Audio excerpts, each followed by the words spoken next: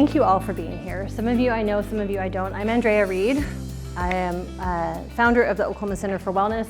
We are a nonprofit organization, established it in 2010, and with the purpose to educate people on sustainability inside and out, 360 degrees of health and wellness.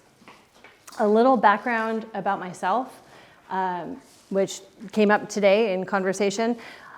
I am third generation medical letdown through my mother and my grandmother. That's not where I was going with this tonight, but here we are. And so rather than feeling disempowered about what direction to go in, we chose to move towards instead of fighting against. So that's what this is. So the Oklahoma Center for Wellness is more than just me. We have two of our board members here, Kristen, say a wave, and Grace. And we are a team of 5 on the board. But we're reaching out to the community to connect with people to have that grow. We also host the Holistic Wellness event. We've had 3 successful years of doing that. And through, maybe if you're like me, you've had some health challenges. And maybe if you're like me, you didn't know how to address those. And maybe you weren't getting the answers that you needed. Maybe you tried a lot of different things. We put together the Holistic Wellness events, actually starting with the Birth and Baby event in 2019, Holistic Women's Wellness event in 2020. We skipped 2021, and we went back to just the Holistic Wellness event, all encompassing, because I don't know anyone that doesn't need this information. And so the goal of these events is to bring together people like you, like all of us, under one roof, a place where practitioners can, I guess, be interviewed in a way. I brought together all these amazing resources of all these people that I'd known for 10, 15, 20 years of seeking knowledge to heal, because I grew up knowing the body can heal itself. I saw it. My mom had a decade-long illness, which she never claimed. She said it took her 9 years and so many months to find an answer. She never claimed it. So I grew up seeing that food can heal our bodies, but there was another piece that was missing, and that was the emotions. And when I hit my crisis level, that's where I dove in on the emotions level. And that's a whole other conversation, which leads us to here. So the Holistic Wellness event is designed to save people time and pain, time in pain, by being able to come to one place under one roof and see we've got body workers, practitioners that do chiropractic, acupuncture, all sorts of different frequency, new stuff that's coming out. So that's the Holistic Wellness event. That's a little bit about where we've come up into this point. But the vision of this nonprofit has always been from the very beginning to build a wellness center on a large piece of land, 80 to 100 acres, and have it be a place for people to come and learn, to come and teach, and to come and heal. And some of us may choose one, some of us may choose all 3. So what does that mean? What are our pillars? Maybe, has anyone noticed that things out there don't seem to be working too well right now? Yeah, it's not just me, is it? So what do you do? What is someone to do if we're feeling disempowered by maybe systems that aren't servicing anymore? And I felt that my calling in my heart was to move towards. What are we moving towards? So it's so much more than this. But for the purposes of tonight, I want to introduce you to what we're creating together. Our pillars are education, whole families, and a holistic practitioner network and community. A community of people who are helping people heal, guiding people back to themselves, because the body's intelligent. The body knows how to heal. When you give it what it needs and you take out what it doesn't, the body knows what to do. And we all know that community is healing. So what does education look like? Soil health, nutrition. The food that we're eating, that we're buying at the store, has been on a truck thousands of miles, probably, unless you're buying local, which is amazing. We have lots of local options here. It's so nutrient deprived that the average person goes into Walmart who wants to eat healthy, maybe buying chicken breast and broccoli and rice and thinking that they're doing a good thing, and don't know that maybe the animals weren't raised humanely and pumped full of chemicals. Maybe the broccoli was sprayed, most likely, unless you're buying organic, and then even who knows. So the education aspect of it, this knowledge has to be available to everybody, not just people who have the time to learn about it or who can afford it. And that's why we're a nonprofit. Teaching people what to do with it. If I have a friend who says, if your arm's on fire, it's really hard to recycle. Like, damage control is a big thing for people right now. And how do you get nutrient-dense foods into families in a way when, okay, so now I have to meal plan, and then I have to go find local farms to go get it, and then I got to figure out what to do with it, and now I got to get my kids to like it. So we're bringing the whole family piece, which we'll get to in a moment, together to learn about soil health and food sovereignty. How do you grow your own food? And then what do you do with it? How do you prepare it? How do you eat it? How do you share it? How do you do that in a community, maybe, or just around the family table? Land conservation is huge. Large pieces of land are being bought up all over the country, and, paving paradise and turning it into a parking lot, basically, like the song goes. Have more and more housing developments. Land conservation is going to be a big part of how we're going to acquire this land and how we're going to keep it for future generations. Sustainability means so much more than recycling, and I know I'm speaking to the choir in this room here. But when I talk about sustainability, I like to always say this is not just recycling. This is creating systems or rediscovering systems. We're not creating anything. We're just bringing this back into this new world that we're in now. And having these systems in place that are sustainable and in harmony with the people, with the animals, and with the planet, and with the earth. This isn't even... what was it called when I was growing up? It was before it was crunchy. We were granola growing up. Before crunchy, there was granola. And this isn't even that pie in the sky thing anymore. This is necessary and urgent now. Holistic modalities. I'll get into the practitioner's marketplace here as we talk about the center and what it looks like. But bringing together this network of holistic modalities where people can educate on what they do, like Dr. James did, and share new information. Every time I hear one of the practitioners in our community speak, I learn something new every single time. And then we get to take that home to our communities, whole families. So I'm a homeschooling mom of 2 boys who are 8 and 12, and they are wild and free boys, and they have amazing hearts, and I love them dearly. And we've been doing all this alongside. They've never been to school. This is not a conversation about what's right for other families, by the way. This is just sharing my point of view here. That's where we've been at. And what I've noticed is we do the homeschooling thing, and we're doing the food preparation thing. And also, I run a wellness business, so I see my clients, and we're building this nonprofit, and we're homeschooling, and we're doing food, and we're doing laundry, and we're doing this.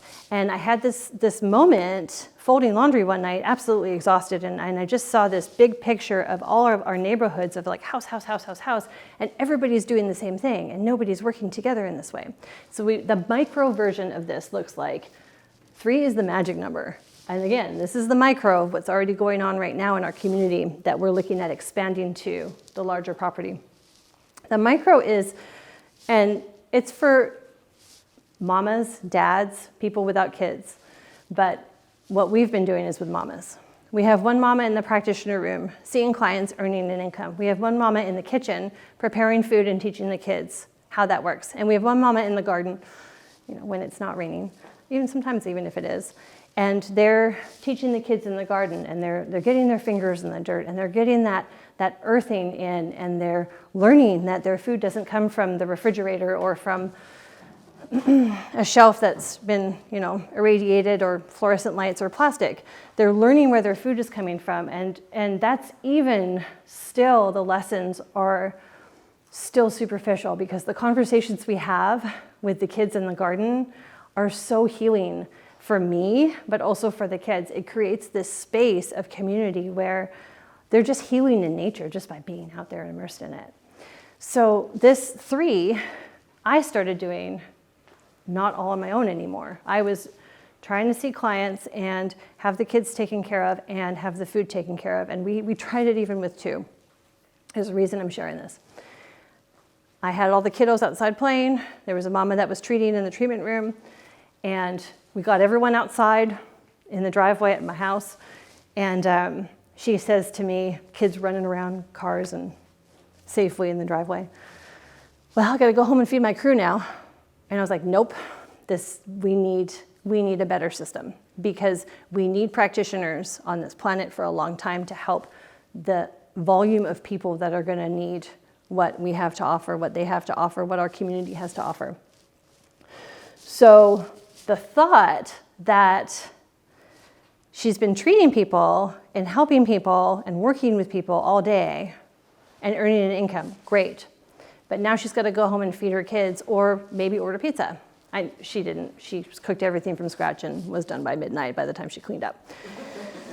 Because I know her. And that's not sustainable. That's not sustainability inside and out. And so we also have practitioners in our community who don't have kids, who work full time, who are leveled on the couch at the end of the night after treating people all day. And me, I've seen several of these practitioners, and then they're like, yeah, I'm just so exhausted. Nothing against pizza. I mean, I like pizza. I'm okay with that. That's my 20% is pizza, but don't tell them. But, right? It's 80-20. But how is that filling people up? So if you're giving and you're giving and you're giving and you're giving and transforming people, because if someone's getting a treatment in a family, that treatment goes back home and you get a better parent, or you get a healthier child, or you just get a happier person at work. I mean, that's adding value. How is it that our practitioners are not being supported? So creating a system that supports the whole. A holistic practitioner network and community. For any of you, if you're not familiar with the term holistic, we're talking about the whole, holistic. This is not looking at one piece of the body or one piece of the person and just simply addressing that. We're looking at the whole. We're all connected. Network of modalities and therapies for healing, right? Because we all need each other too. If you're in the practitioner world and you're out there in the field, and maybe, I mean, you guys know this already, when you're in a room with other practitioners that get what you go through every day, for me, that fills me up big time. Because a lot of us are out there on the leading edge, fighting the fight, really, trying to help people. Sometimes coming up against resistance with people that don't understand this yet, and that's okay. It takes a lot of energy to do this. I don't do this every day. My 80% is my boys.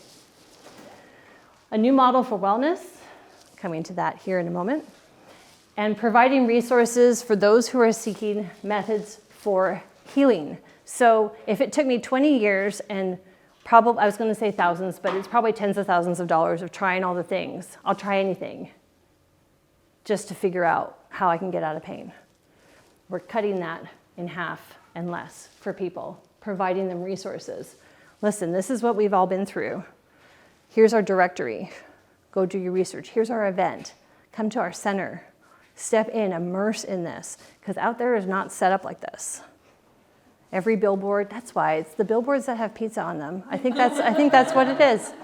I did a whole 30 and every billboard had pizza or fried chicken on it. And I was like, why? Why am I all of a sudden craving this? The programming is out there. Your TVs do it. That is a rabbit hole. But really, truly, out there is not set up to support what we're talking about yet. Okay, so why are we doing this? We talked a little bit about why we're doing this already. I mean, it's not good news. This is the part of the presentation I really don't enjoy. You know, I don't enjoy talking about this, but our current systems are not sustainable. Anxiety and depression are on the rise, doubling every generation, and those numbers were from before 2020. The family unit is being pulled apart. We see that with parents being stressed at work, kids being stressed at school. People are not getting the answers that they need. I hear stories every other day, at least, of people who have not gotten the answers that they need. And I'm like, oh, well, I know so-and-so, and they worked with that, and they helped that person. Connection with the family unit and community is the answer. So unhealthy eating and physical inactivity are leading causes of death in the US. How is that even possible? Is it just food? Can it be that simple? Unhealthy diet contributes to approximately 678,000 deaths each year in the US due to nutrition and obesity-related diseases, such as heart disease, cancer, and type 2 diabetes. And these are CDC statistics, by the way, that they're diet-related diseases. This is not like dieting. This is what we're nourishing our bodies with or not. In the last 30 years, obesity rates have doubled in adults, tripled in children, and quadrupled in adolescents. So each generation, my hope for each generation is that they get less burden passed on to them, but this is not what the numbers are saying. This was really interesting to me. It's not something I had considered until I started doing the research. The leading cause of loss of independence. So few recognize that unhealthy diet is the leading cause of disability, yet unhealthy eating habits and physical inactivity are leading causes of independence. So diabetes is a leading cause of blindness and amputation. That's taking away people's freedom in some cases. Roughly 73,000 people have lower limb amputations each year due to diabetes. Bone injuries due to osteoporosis are more likely to occur in the hips, spine, and wrist, and even just a slight fracture in these areas can result in loss of independence. 20% of seniors who break their hip die in just 1 year, and those who survive often require long-term nursing home, read that as nursing home care, long-term care. We can do better. Most of what we're seeing is helping people reclaim their health. And what we're paving the way for is to help them not lose it in the first place. Anxiety and depression, it's an unprecedented rate.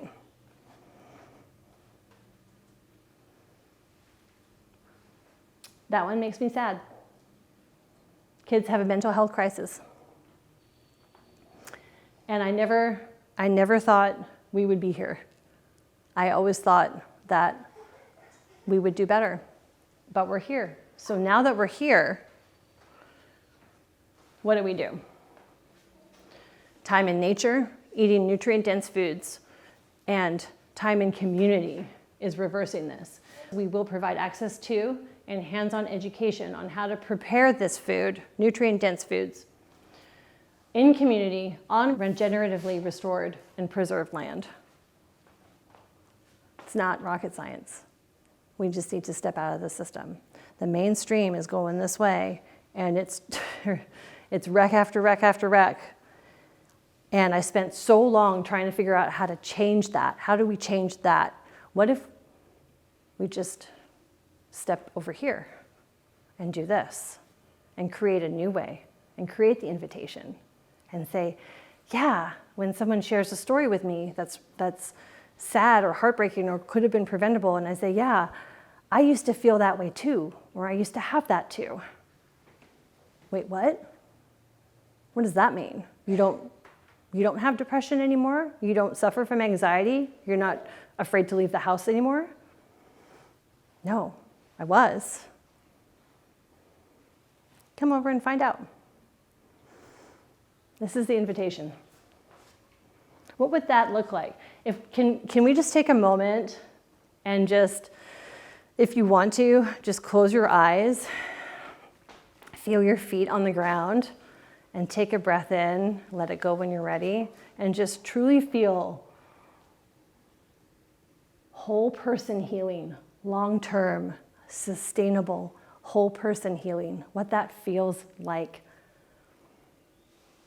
That lightness of that frequency. We're creating that.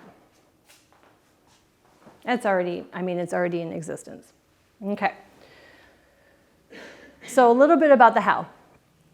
Because we are seeking 80 to 100 acres of land. We're building our Sustainable Wellness Center. We're seeking funding at the same time. We're moving the needle forward in both directions. We've stomped some interesting properties lately, and we'll continue to do so until we find the property. But the question I get is, that's great, how are you going to do it? Well, this is how. By having monthly events like this, inviting the community to be a part of it. Through grants, private donors, and foundations, crowdfunding campaign, which is coming out, through our events. The Holistic Wellness event has an amazing silent auction table. All that goes towards the nonprofit. And financial sustainability, because it's so important if we're going to do this, we have to be sustainable in all areas. So one of our steps that we're considering is a smaller in-town location to start, smaller than 80 to 100 acres. And getting that micro going and having people see and feel the example that this is with practitioner rooms and a big old garden in the back and the kitchen and the classes, and having that central hub for this. Acquiring the land with a natural water source, please and thank you. Then what do? We monetize it. We add value to the land. We drop tiny hemp homes on there, which I just learned are fireproof. This hempcrete that we're going to build these tiny hemp homes out of, which are going to be Airbnb'd out, and we're going to have practitioners living out of them, working out of them. They had this video and they couldn't burn it. They had a blowtorch on it. I was like, this is amazing, especially in Colorado and California. And hosting workshops, retreats, and events. And there's more. There's more ways, but these are the exciting ones. Then building the center. And these are our categories. So we've got the teaching gardens, where manicured gardens, yes, for garden tours and fundraising, but teaching gardens where they're out with hands in the dirt, with school buses filled full of kids that come up and they get to learn how to put their hands in the dirt. It starts with the soil, because that's what's going to nourish the food, which is going to nourish the people, or the animals and then the people. The teaching gardens are fed into the teaching kitchen, which feeds into a food service. Well, let's show you. Let's just show you. So imagine, 5 to 10-year-olds learning about regenerative permaculture classes and how to work in alignment, in harmony with the planet, with the soil, why it's important. But guess what? You have the macro of the wellness center. You get to take these nuggets back home and do them in your backyard. Part of our community will be doing online classes. Probably eventually it will be a membership-based program where we have all the videos. So it doesn't have to be limited to people here to learn. We need this information accessible. And there are already many organizations here locally that are doing this, that we plan to partner with. Teaching kitchen. Okay, so one of my favorite classes that we're getting ready to launch is kind of close to my heart. It's going to sound flashier than this, but it's essentially nutrient-dense meal planning for busy parents or busy adults. So we're going to teach a class on how to put the meals together, and you can choose to purchase 1, 3, or 5 meals. You get to learn in community with locally produced foods how to make them, and then you go home with your meals for the week. And this can be a regular thing for people who don't really want to meal plan anymore, but know the importance of wanting to eat well. If you're working, if you're at home with kids, if you're treating people all day, we can't all do these things, all these pieces ourselves. We can, but it's not sustainable. At least I haven't seen a way yet. Nutrient-dense foods, meals from local and grown on-site ingredients. So because the garden will take the most time to get that going, we plan on partnering with many of our friends in local farms to get as much local first. The practitioners. So we're going to have resident and visiting holistic practitioners. We want to put Oklahoma on the map for health and wellness. Oklahoma's on the map very, very, very low. I think it's like 8th from the bottom on health and wellness right now. We want people who are knowledgeable, who are amazing, to supplement our amazing community that's here already, and stop flying over Oklahoma and stop driving through north, south, east, or west. We want them to have a place where they can come and help our community. The events. Yep. We put Oklahoma on the map for world-class speakers, presenters, and healers. And I use the term healer loosely because I do feel like we are all our own best healer, and that points people in the direction. to their own healing. The school, because we're whole families. So what are we going to do with the children while people are working and doing various things? So having an interest-led apprenticeship style learning for all ages. So anybody who, of any age, who wants to come and learn the various pieces of the Wellness Center can come and do an apprenticeship, an internship. So if they want to learn about the gardens or the restaurant or the kitchen or take the program all the way through, that's available. So this is going to allow the practitioners and the employees to be able to choose their professional passions and their children, instead of having to choose their children or earning an income. Because that's garbage. I mean, right? So we went from 2 full-time incomes and no kids to 1 full-time income and a baby and a completely traumatized mama from a very traumatic birth experience. I was broken for about 10 months before I found Chinese medicine that helped me limp back, but it was a long journey over many years. And we didn't change our lifestyle. So we got into debt. And basically, I was in survival mode, in a hole, with only a shovel to continue to dig myself into. And I didn't even know I was there. I just thought this was how life was going to be. I just thought life was always going to be kind of dark. And I would always feel unworthy and unfit as a mother. And I'd probably never be able to earn money again. That's where I was.